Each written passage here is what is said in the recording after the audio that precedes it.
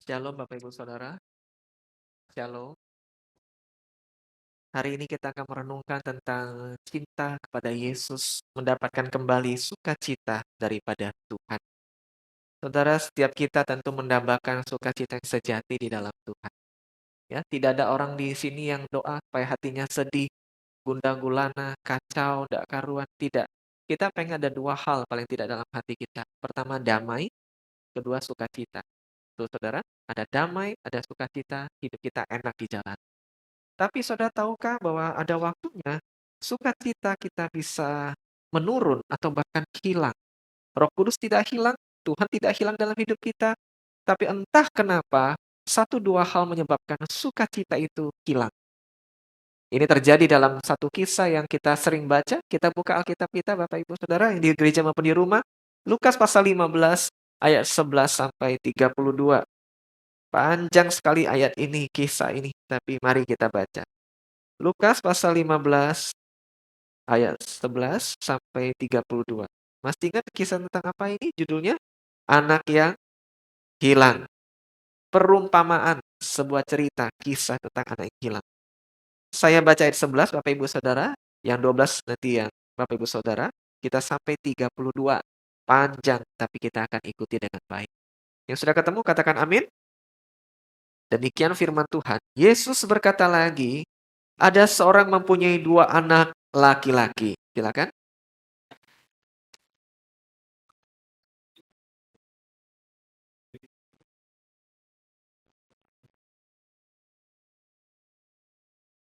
Beberapa hari kemudian, anak bungsu itu menjual seluruh bagiannya itu lalu pergi ke negeri yang jauh. Di sana ia memboroskan harta miliknya itu dengan hidup berfoya-foya.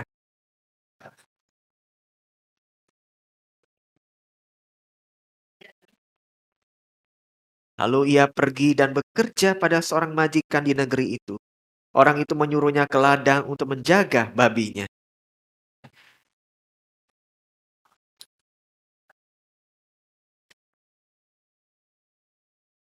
Lalu ia menyadari keadaannya, katanya. Betapa banyaknya orang upahan bapakku yang berlimpah-limpah makanannya. Tapi aku di sini mati kelaparan.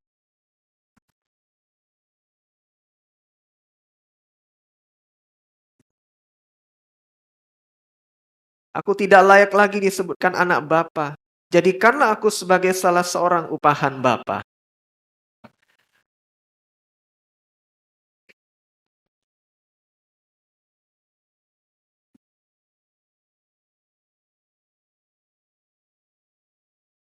Kata anak itu kepadanya, Bapa, aku telah berdosa terhadap sorga dan terhadap Bapa. Aku tidak layak lagi disebutkan anak Bapa.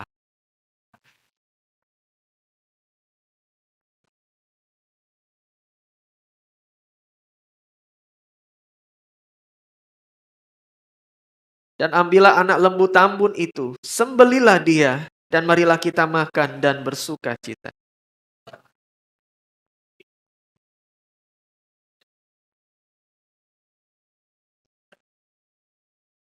Tetapi anaknya yang sulung berada di ladang, dan ketika ia pulang dan dekat ke rumah, ia mendengar bunyi seruling dan nyanyian tari-tarian.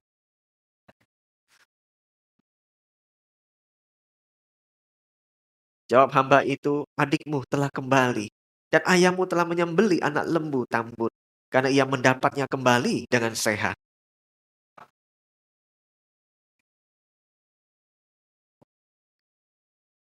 Tetapi ia menjawab ayahnya, katanya, telah bertahun-tahun aku melayani Bapa, dan belum pernah aku melanggar perintah Bapa. Tapi kepadaku belum pernah Bapa memberikan seekor anak kambing untuk bersuka cita dengan sahabat-sahabatku.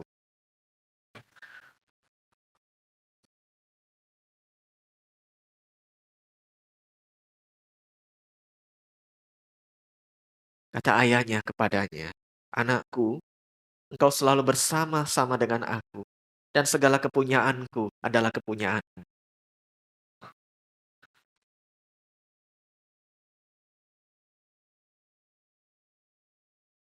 Dalam kisah ini ada tiga tokoh, saudara. Anak bungsu, anak sulung, dan si bapak.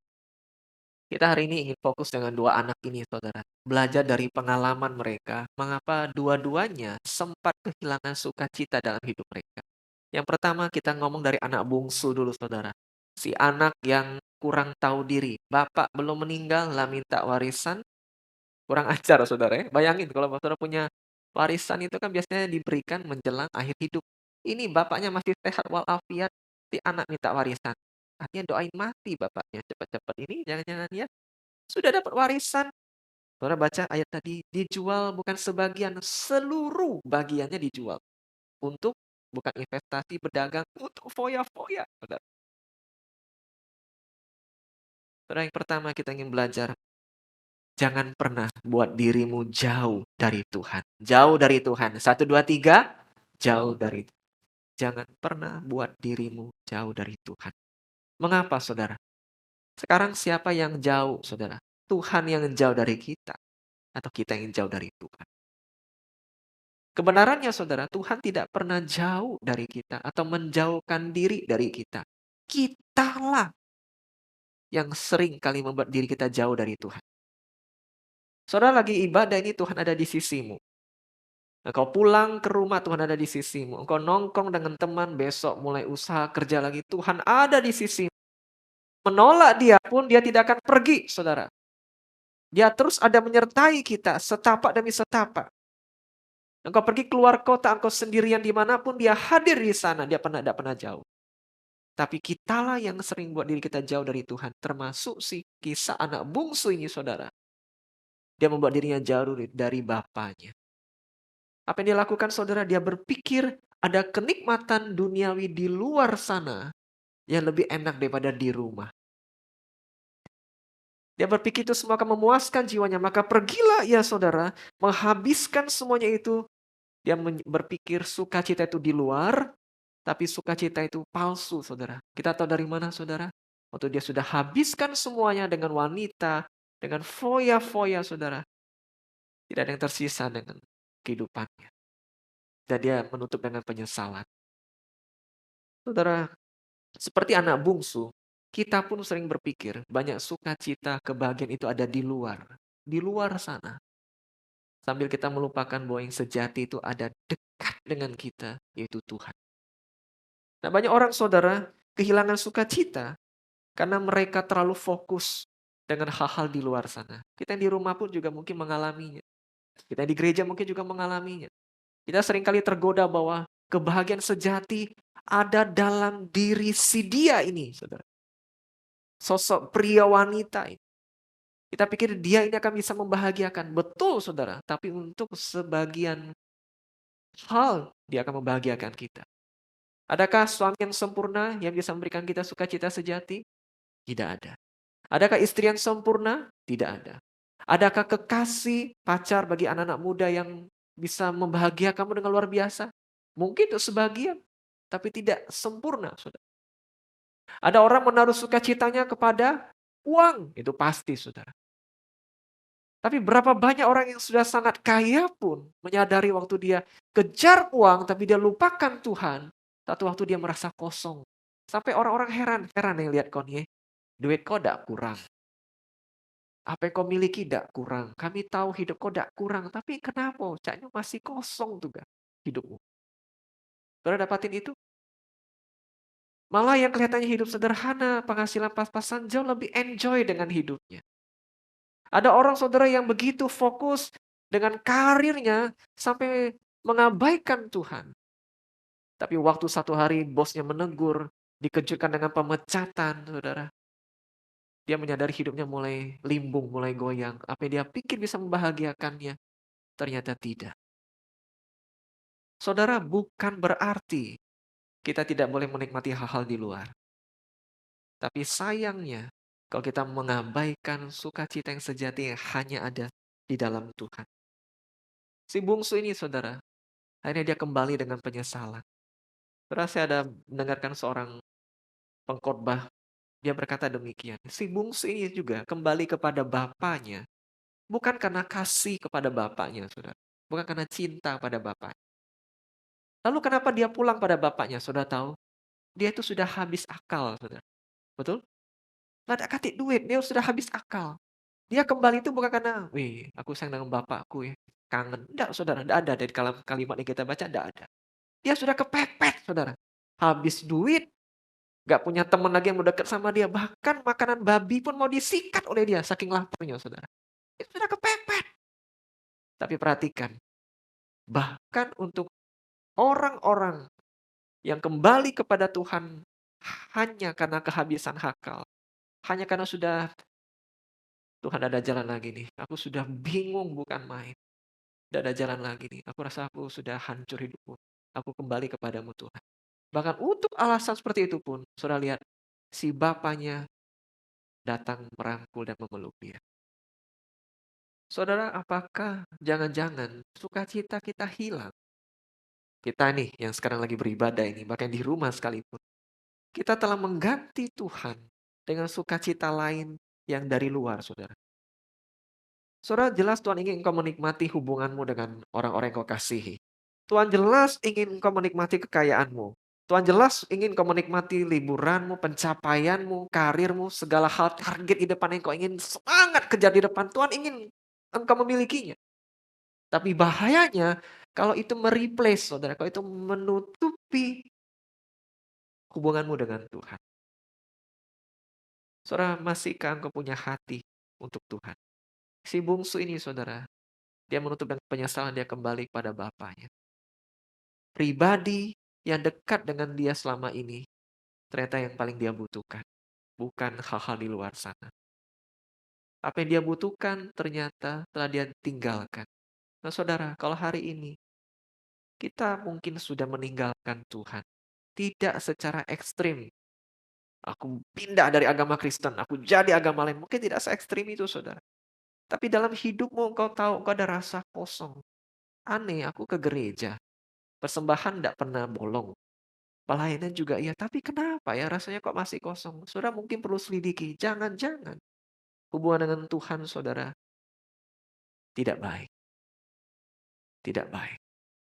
Saudara tahu hubunganmu dengan Tuhan itu pengaruhnya banyak. Hai para suami, kalau engkau sering emosi dengan suamimu, sering dikit-dikit tersinggung. Saudara kadang-kadang masalahnya bukan istrimu, jangan-jangan. Perhatikan, masalahnya mungkin bukan persoalan yang kalian konflikkan itu.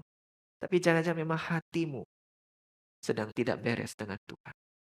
Kalau setiap pagi engkau para suami, engkau dekat dengan Tuhan, engkau doa. Engkau dekat dengan firman. Firman itu ngomong lagi, kasih itu sabar. Cepatlah mendengar, bukan cepat marah. Kau dekat dengan Tuhan. Apa yang terjadi saudara? Firman Tuhan akan mencegahmu untuk melakukan yang tidak benar. Atau kau jengkel dengan karyawanmu, kau punya kuasa lagi, punya power untuk mungkin saudara untuk memberhentikan karyawanmu atau kasih laporan ke atasan yang jelek tentang bawahanmu. Engkau punya power sedemikian. Engkau tahu saudara tentang Tuhan. Tuhan akan menasihatimu. Roh Kudus akan bekerja. Kalau kau lagi punya segudang masalah hari-hari ini saudara. Kau bingung bagaimana mengatasinya. Jangan-jangan sukacitamu itu hilang. Karena memang kau tidak punya waktu untuk Tuhan. Nah saudara si bungsu ini kembali kepada bapaknya. Jangan-jangan kita pun butuh tanda petik saudara. Kembali dekat dengan Tuhan. Ujian kedekatan dengan Tuhan itu bisa lewat hal yang menggembirakan kita atau lewat penderitaan. Saudara, kita ini kadang-kadang bisa lupa Tuhan di dua situasi ini. Bisa hilang sukacita di dua situasi ini. Contoh saudara, waktu kita sangat gembira.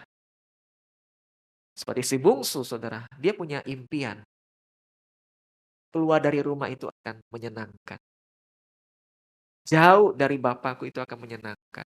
Makanya Amsal bilang saudara, seperti burung keluar dari sangkar. Banyak orang berpikir kebahagiaannya ada di luar. Dia sudah happy punya banyak pegangan duit warisan saudara. Bapaknya tidak bisa ngelarang. Ya sudahlah kalau itu mau kau apa boleh buat. Kau di rumah kau juga udah ada hati nak dengan papa. Kalau itu pilihanmu, ini konsekuensimu, ini resikomu kau tanggung. Kau sudah besar. Kalau dia bawa pergi saudara, dia happy. Nah banyak saudara anak Tuhan melupakan Tuhan waktu dia sangat happy. Waktu dia sudah karirnya bagus. Sebelum karirnya bagus, jabatannya tinggi, nggak terlalu sibuk di kantor, ibadah masih rajin, komsel masih rajin. Betul saudara? Tapi waktu sudah terlalu happy, kalau banyak berkat, dia lupa dengan siapa yang memberkati dia. Waktu belum punya anak, doa terus sama Tuhan. Sudah punya anak, "Ngapa kok jarang ibadah?" "Biasalah Muse, sibuk ngurusin anak. Muse ini tidak tahu yang anak Muse kan duo, cak manolah Muse bisa rasoin." "Oh gitu ya, diatur dong." "Ya lagi kami atur Muse." Aturnya tahun depan Saudara, nggak pernah nongol-nongol ibadah.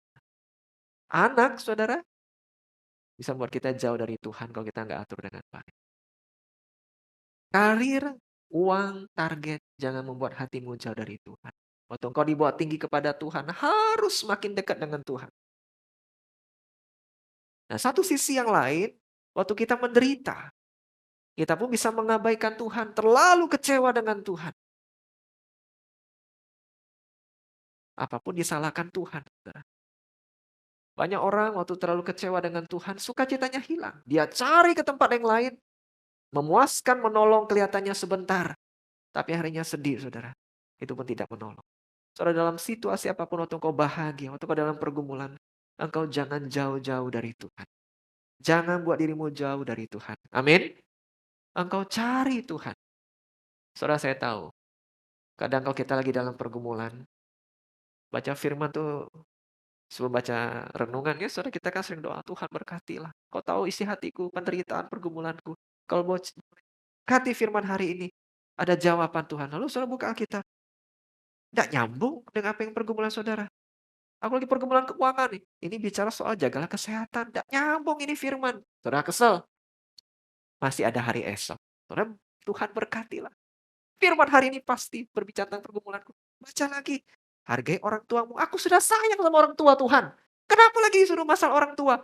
Keuangan ini Tuhan. Saudara, masa nggak cocok? Lama-lama sudahlah. Firman Tuhan ini tidak relevan dengan hidupku. Apa yang terjadi? Saudara berhenti baca firman Tuhan. Saudara, waktu saudara lagi punya banyak pergumulan, saudara jangan berhenti baca firman Tuhan.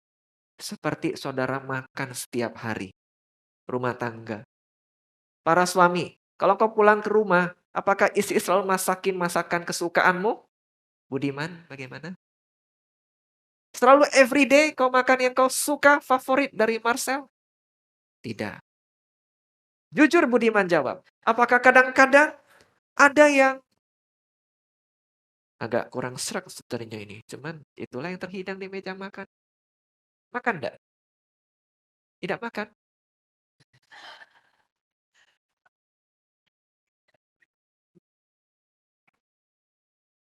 Tidak Muse, aku GoFood.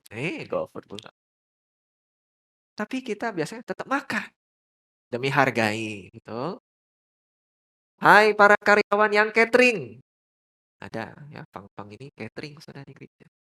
Kalau catering itu kita doa, mudah-mudahan menu hari ini cocok. Waktu buka rantangnya tuh, aduh. Makan enggak saudara? Makan, karena sudah beli. Betul. Kenapa? Lapar. Kecuali mungkin ya, sales ya, engkau bebas, bujangan. Pagi, siang, malam kau makan yang kau suka. Tapi kalau kita sudah ada relasi yang terikat, saudara. Biasanya, ya kita makan karena kita lapar. Apapun itu kita syukuri. Sama juga dengan firman Tuhan. Kalau di hari itu, saudara, saudara nggak dapat apa-apa dari Tuhan. Saudara tahu, firman Tuhan itu akan menolong saudara mungkin di waktu yang lain. Di waktu yang lain. Kadang-kadang, saudara lagi punya pergumulan hari ini, saudara ingat dengan khotbah Musa Anlo sebulan yang lalu. Musa Anlo pernah ngomong ini nih, tiba-tiba Tuhan ingatkan firman Tuhan itu. Oh ya, jangan putus asa. Jangan pula sukacitamu kau jauh dari komsel. Ay payah Muse komsel ini. Datang makan balik. Tidak dapat apa-apa. Yang si kok kawan aku tuh ngomong panjang dia ngomong. Yang lain kata giliran.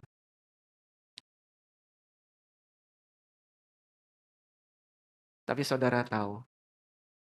Waktu kita datang di komsel. Engkau datang saja engkau melihat. Kau dengar masalah orang. Kau akan dikuatkan. Sukacitamu Tuhan terima kasih ya. Dia saja masalah lebih berat daripada aku, Tuhan sanggup tolong. Apalagi aku. Amin. Nah saudara, kita mungkin yang hari-hari ini sudah jauh dari Tuhan. Seperti anak yang bungsu ini bilang, aku tidak layak lagi sebagai bapa. Mari kembali pulang pada Tuhan. Ingat saudara, kalau Tuhan masih kasih kita umur dan hidup, artinya kita masih kesempatan untuk berubah lebih baik. Amin. Kalau kita sudah tidak ada lagi, selesai. Gereja memang menjadi rumah untuk memanggil orang-orang berdosa datang. Bukan untuk tetap berdosa atau jadi lebih berdosa, bukan. Tapi supaya kaifian berubah lebih baik. Nah itu undangan Tuhan. Mari engkau datang. Ini pelajaran kita dari anak bungsu. Jangan pernah buat dirimu jauh dari Tuhan. Istrimu hari ini jauh, engkau suami tetap dekat dengan Tuhan. Amin. Anakmu di luar kota, kau dengar berita menyedihkan dia jauh dari Tuhan. Kau jangan ikut-ikutan. Kau tetap jadi orang tua yang bimbing dia dalam Tuhan. Kau dapati suamimu tidak dalam Tuhan. Engkau istri, hai peranmu itu penolong. Engkau tetap dekat dengan Tuhan. Jangan balas dia dengan cara yang buruk. Jangan kau menjadi teladan bagi suamimu. Engkau terus dekat dengan Tuhan. Susah Musa dia dah mau ibadah. Engkau ibadah. Dia banyak alasan yang diajak komsel. Engkau komsel. Dia perpuluhan susah. Susah. Engkau bantu ingatkan. Atau kau kerjakan bagianmu yang kau bisa. Mulai dari diri kita, saudara. Selalu dekat dengan Tuhan. Usah lewatin slide yang penting nih, saudara ya. Oke. Salahlah kalau kita menaruh fokus kita. Sukacita atas hal yang lain. Menjadi kerinduan yang melebihi dekat dengan Tuhan.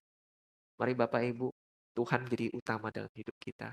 Kita belajar dari tokoh yang kedua, yaitu si anak sulung, saudara. Jangan sombong karena merasa dirimu lebih baik. Jangan sombong. Saudara, menyedihkan sekali. Si sulung ini, saudara, memang tidak sebejat adiknya. Betul? Dia tidak foya-foya. Tidak minta warisan bapaknya sebelum bapaknya meninggal.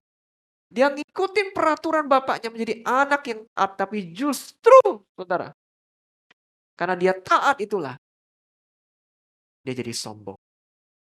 Wih, saudara. Ngeri ya. Ternyata orang yang sudah berhasil mencapai sesuatu, membuat dia merasa diri lebih baik untuk komentari orang lain, untuk menghakimi orang lain. Pada si sulung ini siapa saudara? Kokonyo dewe.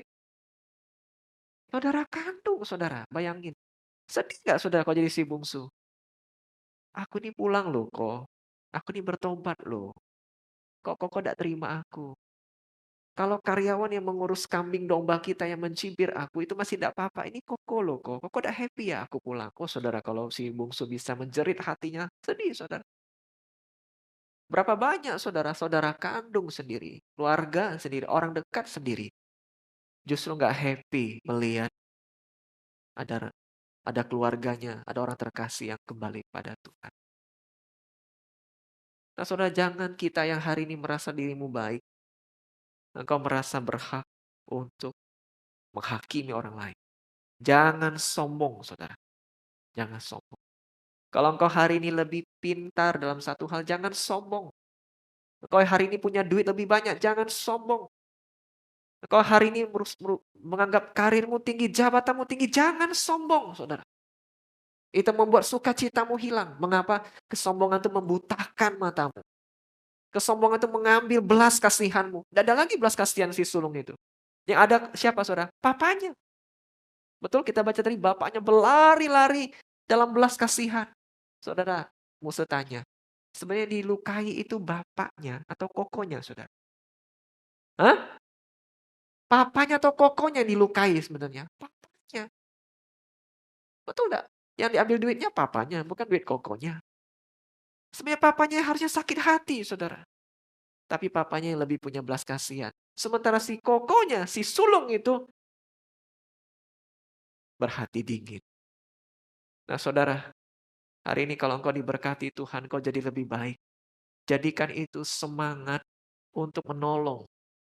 Kalau engkau yang lebih senior, engkau punya rekam jejak yang bagus, engkau punya lebih banyak jam terbang, pengalaman. Jadikan itu cara untuk menolong orang lain. Untuk buka jalan bagi orang lain, untuk kasih tips ke orang lain.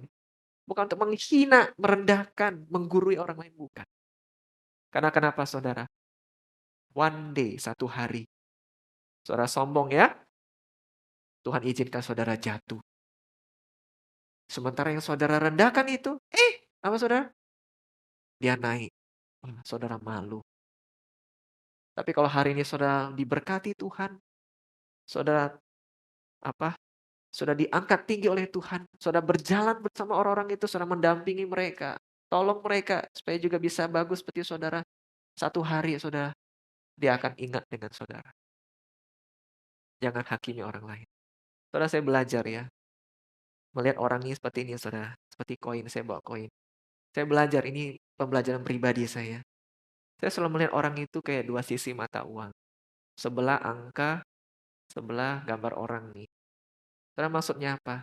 Orang itu saudara, kita anggap sisi yang angka ini punya kekurangan. Ya, punya kekurangan, kelemahan. Tapi saudara jangan lupa, setiap orang juga ada sisi satunya, sisi positifnya. Nah, saya belajar saudara, kalau saya lagi kesel sama orang, ada saudara. Wih, saudara keselnya bukan main. Saudara, kita ini lebih gampang, lebih cepat nyebut kekurangan orang atau kelebihan orang. Hah? Kalau hari ini Musa tanya, jangan jawab langsung dalam pikiran saja. Apa kekurangan pasanganmu? Bisa langsung terbesit. Bisa? Kok Hardi bisa kok? Oh iya Musa. Irwan bisa Irwan? Oh, Fendi punya, oh, iya, iya. Tapi jangan sebut di pikirannya. Tapi kalau kita ingat, sejelek-jeleknya orang, dia juga ada sisi positifnya. Itu menolong apa saudara? Saudara rendah hati. Kenapa? Saya ini juga kayak koin Tuhan. Saya punya sisi baik, tapi saya juga punya sisi buruk. Saya tidak berhak. Saya tidak mau sukacita saya hilang. Saya dampingi dia. Apa yang dia kurang saya lengkapi. Saya bantu. Nanti dia pun juga akan lengkapi saya. Betul tidak saudara? Nah, Tuhan ingin jadilah pribadi yang jangan hilang sukacita. Nah, kau lihat sisi positif daripada orang lain. Trisnadi, apa satu aja hal positif istrimu? Sabar, puji Tuhan. Yakinlah siang ini kau dimasak menu kesukaanmu, Trisnadi. Fang Fang, apakah satu hal positif dari Ko Yakub sebagai suami? Cece jawab dengan lantang, yakinlah uang bulanan bulan ini akan bertambah 50%. Setia luar biasa. Ada yang rindu ditanya oleh Muse mungkin? Cememe, apakah satu hal positif dari Bapak Didi Sugandi? Jangan kekurangan, C. Positif nih Muse tanya ini. Ganteng. Kayaknya agak lama mikir, memang betul saudara, waktu mencari hal positif kita butuh waktu saudara, ketimbang hal yang kurang. Sabar. Begitu. Saudara, mari. Jangan pernah jauh dari Tuhan. Ya. Pergumulan seberapapun Bapak Ibu yang di rumah juga, yang tua yang muda, engkau terus dekat dengan Tuhan sampai akhir hidup. Kedua, kalau engkau sudah merasa dirimu baik, jangan sombong. Tapi berjalanlah bersama mereka. Dengan belas kasihanmu kau menolong. Seperti Tuhan sudah memberkati. Amin. Mari kita berdoa.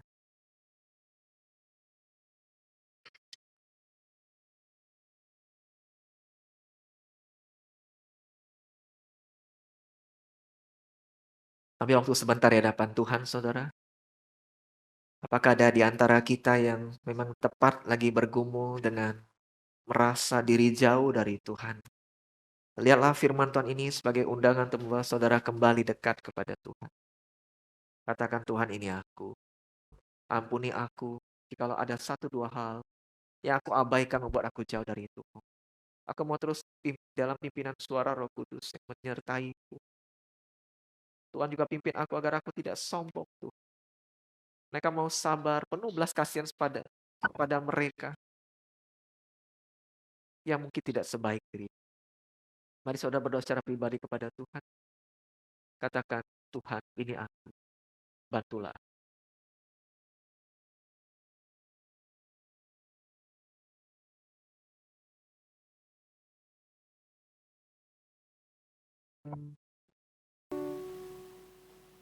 Bapa dalam sorga, terima kasih untuk firman-Mu.